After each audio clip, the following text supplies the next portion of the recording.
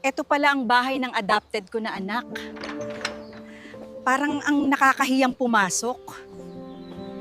Mamols, andito na po ako anak. Andiyan ka ba? Parang pagod na pagod po kayo, Mama, ah. Halika na at pasok na po sa loob. Mama, kumusta na po kayo at napadalaw kayo? Bakit niyo po hinubad sandals niyo? Bahay mo naman rin, ito po. Mama, snack muna po kayo. Baka gutom po kayo sa biyahe.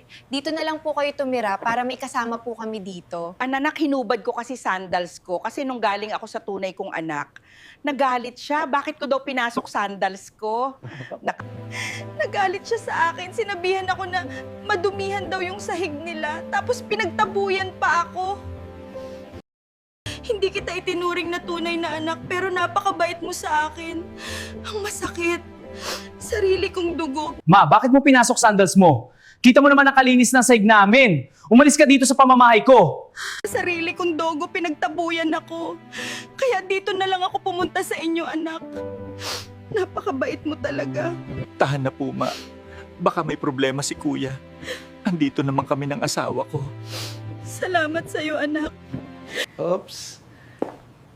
Tama na yan, Mama. Kape ka muna at dapat masaya tayo. Malapit na rin maluto nilagang baka ko.